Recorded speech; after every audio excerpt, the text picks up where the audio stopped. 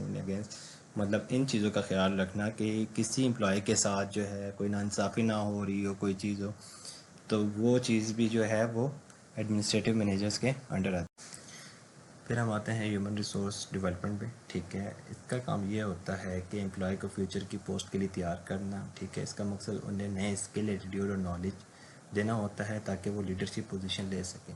उसके लिए ये करता है कि डिफरेंट जो है स्टेप्स को फॉलो करता है एक ऑर्गेनाइजेशन के लिए। ट्रेनिंग्स जिसमें होती हैं, काउंसलिंग होती हैं, अप्रेजल होता है। ठीक है, ट्रेनिंग में वो जो है डिफरेंट सेशन ऑर्गेनाइज करवाना, डिफरेंट ट्रेनिंग जो है अपने एम्प्लॉय को दिलाना। ठीक है, उसमें ये होता है कि मतलब जो अब फॉर एग्जांपल एक नई न्यू टेक्नोलॉजीज़ आ गई है, जैसे जनरेटिव एआई एक न्यू टेक्नोलॉजी आई थी पिछले 1-2 सालों में, तो बहुत सारी ऑर्गेनाइजेशन ने उनके ऊपर जो है ट्रेनिंग ऑर्गेनाइज करवाई, सेशन करवाए, ताकि उनके एम्प्लॉय जो है न्यू टेक्नोलॉजी से फ़ायदा उठा सके, जो अपनी ऑर्गेनाइजेशन को इस न्यू टेक्नोलॉजी को यूज़ करते हुए प्रोडक्ट या सर्विस को उनकी इम्प्रूव कर सके। फिर आते हैं हमारे पास काउंसलिंग में। ठीक है, काउंसलिंग में हमारे पास ये होता है, एक formal face to face conversation होती है सुपरवाइज़र्स और एम्प्लॉय के दरमियान। ठीक है, जो एम्प्लॉय के बिहेवियर, परफॉर्मेंस को जो है टू सॉल्व करने के, उनके जो भी मसाइल होते हैं उनको सॉल्व करने के लिए की जाती है। ठीक है, काउंसलिंग में मतलब अपने एम्प्लॉय की उनके अंदर इम्प्रूवमेंट लाने के लिए भी हो सकती है काउंसलिंग। ठीक है, उनके कोई इश्यूज चल रहे हों उनको सॉल्व करने के लिए भी हो सकती है। ठीक है, तो ये फेस टू फेस होती है। अप्रेजल में जो होता है हमारे पास, ये फॉर्मल असेसमेंट है जो किसी पर्टिकुलर पीरियड्स के दौरान एम्प्लॉय की परफॉर्मेंस के एवल्यूशन करने के लिए होती है। ठीक है, और ये जो है एक मतलब आप कह सकते हैं एक इंटरव्यू फॉर्म में होती है। ठीक है, स्पेसिफिक एक फॉर्मेट होता है इसका, ये नहीं है कि मतलब जो इनफॉर्मली जो है ये चीज़ नहीं की जाती।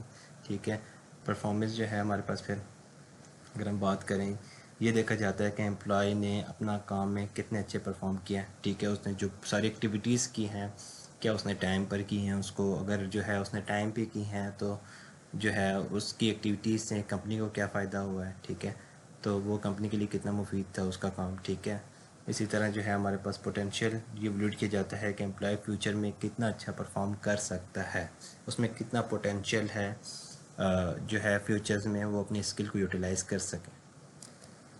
फिर आते हैं हम पर्सनल मैनेजर्स के पास। ठीक है, पर्सनल मैनेजर जो होता है वो oversee the hiring process and professional development of employ within organisation. वो ऑर्गेनाइजेशन के अंदर रहते हुए जो सारी एक्टिविटीज़ होती हैं, ह्यूमन रिसोर्स प्लानिंग, ठीक है, वो बनाना, रिक्रूटमेंट एंड सिलेक्शन वाला, ठीक है, जॉब एनालिसिस एंड डिज़ाइन करना, जॉब को एडवर्टाइज़ करवाना, उनको डिज़ाइन करवाना, उनकी जेडी जॉब डिस्क्रिप्शन डिफ़ाइन करना। ठीक है, कंपनसेशन करना एम्प्लॉय के साथ। ठीक है, वो चीज़ें होगी, ओरिएंटेशन करवाना। ठीक है, प्लेसमेंट कोई बुक करवाना। ठीक है, ये सारी चीज़ें जो हैं पर्सनल मैनेजर हैंडल करता है। फिर हम आते हैं ह्यूमन रिसोर्स प्लानिंग के पास। ठीक है, इसमें ये होता है हमारे पास कि ये एक स्ट्रेटजी है जो किसी इंटरप्राइज़ के ह्यूमन रिसोर्स को एक्वायर करने के लिए उनका बेस्ट यूज़ करना। ठीक है, उनके स्किल को इम्प्रूव करने के लिए और उन्हें रिटेन करने के लिए बनाई जाती है। ठीक है, इसके कुछ ऑब्जेक्टिव होते हैं। ठीक है, उसके ऑब्जेक्टिव ये हैं कि हर एम्प्लॉय को उसकी जॉब पर लगाया जाए उनकी स्किल के मुताबिक जो है। ठीक है, उनकी स्किल के मुताबिक जो है उनको यूटिलाइज़ किया जाए। ठीक है, जो एग्जिस्टिंग ह्यूमन रिसोर्सेज जो हैं ऑर्गेनाइजेशन के पास, ठीक है, उनको ऑप्टिमम यूटिलाइजेशन उनका किया जाए। ठीक है, ये चीज़ें हमारे पास आ जाती हैं।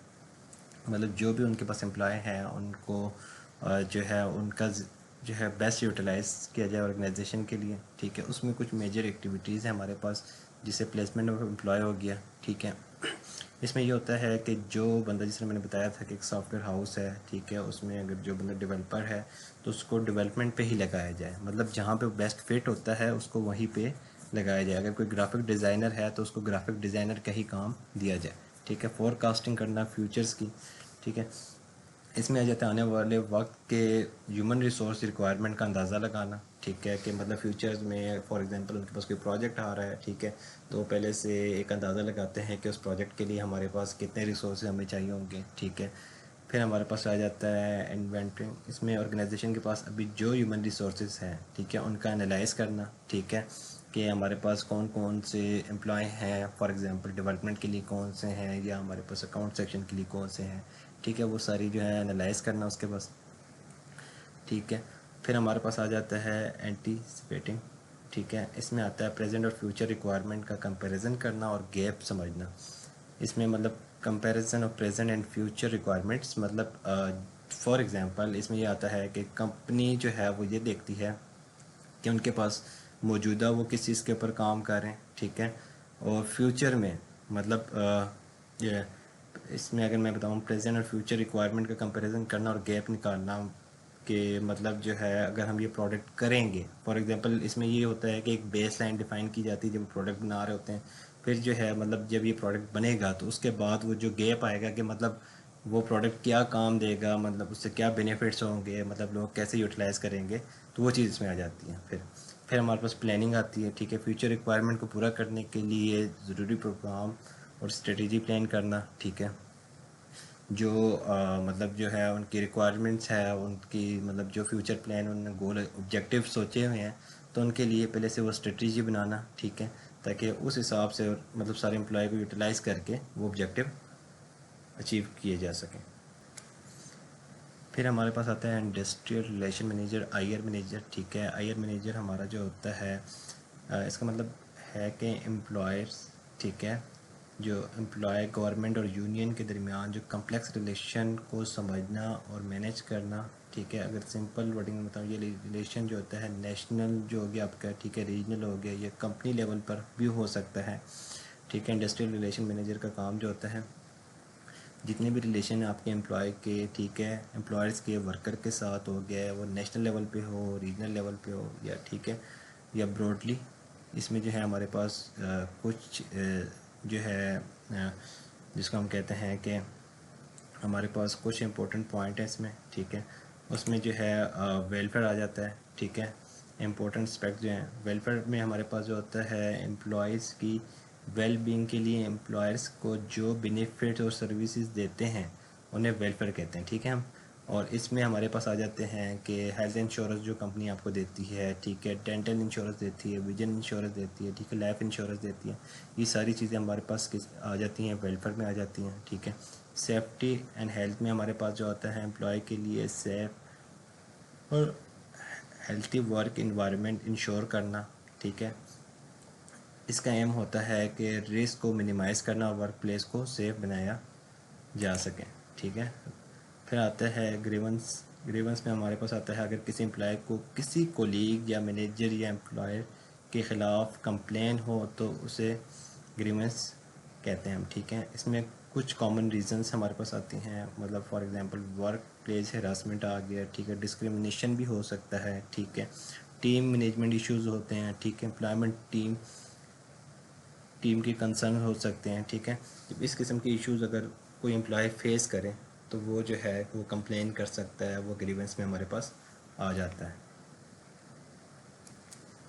फिर हमारे पास होते हैं साइलेंट फीचर ऑफ एचआरएम, ठीक है, मतलब एचआरएम के हमने इंट्रोडक्शन देखा, कौन कौन से जो है एचआरएम हमारे पास होते हैं, ठीक है, एचआरएम के अंदर कौन कौन से मैनेजर्स होते हैं, ठीक है, उनकी क्या क्या रिस्पॉन्सिबिलिटी होती है। फिर इसी तरह हमारे पास कुछ साइलेंट फीचर्स हैं, ठीक है, एचआरएम के, जिसमें long term strategic and proactive in style हो गया, ठीक है, कमिटमेंट टू द ऑर्गेनाइजेशन होगी, ठीक है, हमारे पास फिर हम सेल्फ मैनेजमेंट हम देखेंगे, ठीक है, यूनिटरी पर्सपेक्टिव देखेंगे, maximum utilisation of human resources, ये सारी चीज़ें जो हैं साइलेंट फीचर्स हैं हमारे पास एचआरएम के।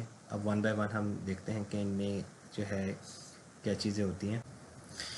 फिर हम आते हैं long term strategic and proactive in style, ठीक है, इसका मतलब ये है कि लॉन्ग टर्म स्ट्रेटजी वगैरह डिज़ाइन करना, डिफाइन करना, ठीक है। The problem associated with personal and information technology environment required a discipline approach to, मतलब जो इंफॉर्मेशन टेक्नोलॉजी से रिलेटेड जो प्रॉब्लम्स हैं, ठीक है, उनकी रिक्वायरमेंट और उनको ऐसे डिसिप्लिन अप्रोच से टैकल करना, ठीक है। ये नहीं है कि बस फ़ौरन कोई भी प्रॉब्लम आया तो सॉल्व कर लिया है, तो उसको जो है एक प्रॉपर अप्रोच से सॉल्व किया जाए, ठीक है। उसमें अगर हम बात करते हैं कि मतलब जो है प्रॉपर फॉर्मल तरीके से उसको अप्रोच किया जाए, ठीक है।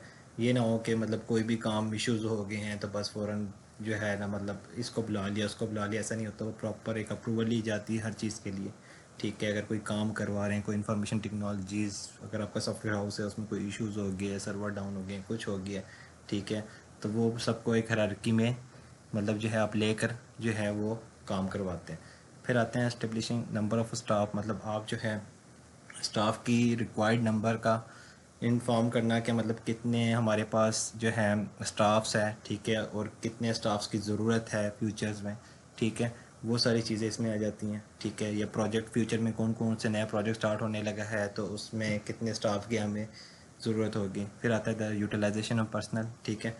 पर्सनल इसमें ये आता है कि जो आपकी ह्यूमन रिसोर्सेज हैं उनको यूटिलाइज़ करना, उनको प्रॉपर तरीके से, ठीक है, मतलब उनसे आप कम टाइम में ज़्यादा अच्छा काम ले सकें, ठीक है। अगर आप एक एक पर्सन के पास स्किल है प्रोग्रामिंग की, आप उसको उसी में प्रोग्रामिंग भी लगाएंगे तो वो हो सकता है वही काम आपको आधे घंटे में करने, और अगर आप हो सकता है नेटवर्किंग वाले या किसी ग्राफिक डिज़ाइनर को लगाएंगे वो 2 दिन 3 दिन पूरा वीक लगा कर वो काम करें। तो मतलब यूटिलाइजेशन से मतलब हमारे पास ये है यहाँ पे। फिर हमारे पास आता है development and education of employ. उसका भी आपने ख्याल रखना है कि जो आपके एम्प्लॉय हैं उनको डेवलप करवाना, उनके लिए कोई ट्रेनिंग ऑर्गेनाइज करवाना, उनके एजुकेशंस के लिए उनका कोई सर्टिफिकेट्स वगैरह चाहिए, ठीक है, उस वो भी आपकी प्लानिंग में हो लॉन्ग टर्म में, ठीक है। Together with the construction of comprehensive human resources management policies that are not only responsive to immediate need, मतलब आपने ऐसी पॉलिसीज़ बनानी है जो लॉन्ग टर्म आपकी हों, सिर्फ ये ना हो कि एक शॉर्ट पीरियड्स के लिए आपने डिज़ाइन की हो, ठीक है। वो मतलब ऐसी पॉलिसीज़ हों जो मतलब 1 ईयर 2 ईयर 3 ईयर्स, मतलब वो लॉन्ग पीरियड्स के लिए आप डिज़ाइन करें, ठीक है। अगर हमारे पास identify earlier how many hiring required, मतलब ये भी काम होता है इसमें कि मतलब जो है ये आइडेंटिफाई करना है कि कितनी हायरिंग्स हमें चाहिए, ठीक है, हमारा करंट स्टाफ क्या क्या काम कर रहा है, ठीक है, कौन कौन से पोस्टें हमारे पास जो है फिल हैं, कौन सी नहीं है, वो सारी जो है आइडेंटिफाई करना, ये काम भी जो है ना लॉन्ग टर्म स्ट्रेटजी वगैरह में हमारे पास आ जाता है। फिर हम आते हैं कमिटमेंट टू द ऑर्गेनाइजेशन, मतलब जो एम्प्लॉय है वो जो है अपनी कमिटमेंट शो करे, ठीक है, सेल्फ मोटिवेटेड हो, ठीक है। और real challenge is to shift employ attitude from more made complaints, ठीक है, with rule at work to commitment and self motivated. इसमें ये नहीं है, ये है कि एम्प्लॉय का एटीट्यूड को शिफ्ट करना ताकि वो सिर्फ रूल्स की कंप्लेंट्स तक ना रखे, ठीक है, बल्कि अपने काम में कमिटमेंट और सेल्फ मोटिवेटेड फील करें, ठीक है। The significance of commitment to staff development is part of the learning, ठीक है, मतलब जो कमिटमेंट में ये भी चीज़ है कि वो कुछ लर्न करे ऑर्गेनाइजेशन के लिए, ठीक है। Less transferable between fams skill include attendance, ठीक है। इसमें हमारे पास आ जाता है कि फेमस स्किल को भी मेंशन है जो यूजुअली एक कंपनी के लिए यूनिक होती है और वो ट्रांसफरेबल नहीं होती, ठीक है। ये एक्सक्लूड इंक्लूड करती है, इसमें हमारे पास अटेंडेंस आ जाती है, फिर फ्लेक्सिबिलिटी आ जाती है, रिस्पॉन्सिबिलिटी आ जाती है, डिसिप्लिन आ जाती है, ठीक है। अटेंडेंस में रेगुलर एंड पंक्चुअल होना उसका ज़रूरी है, ठीक है। फ्लेक्सिबिलिटी में हमारे पास काम को अडॉप्ट करना और नए चैलेंजेस को एक्सेप्ट करना है, ठीक है। रिस्पॉन्सिबिलिटी में वो अपना काम जो है सीरियसली ले, ठीक है। डिसिप्लिन में आ जाता है कि काम पे फोकस करे और ऑर्गेनाइज रहे, ठीक है। ये सारी चीज़ें हमारे पास जो हैं कमिटमेंट टू द ऑर्गेनाइजेशन में आ जाती हैं। फिर हम आते हैं सेल्फ मैनेजमेंट पे। सेल्फ मैनेजमेंट में हमारे पास जो आती है team working is a vital element. Team work जो होता है एक वाइटल एलिमेंट है, मतलब बहुत इंपॉर्टेंट रोल है, ठीक है। टीम में ही रहते हुए आप जो है एक काम को जल्दी से कर सकते हैं। अगर आप इंडिविजुअल लेंगे तो वो काम हो सकता है बहुत टाइम ले, बहुत सारी चीज़ें, बहुत सारे काम जो है वो डिपेंड ही टीम पे करते हैं, अकेला बंदा कभी नहीं कर सकता, ठीक है। इसमें फिर हमारे पास आता है direct and regular face to face contact between manager and worker. जाहिर सी बात है इसमें जब टीम की बात की जाती है तो उसमें जो डायरेक्टर होता है वो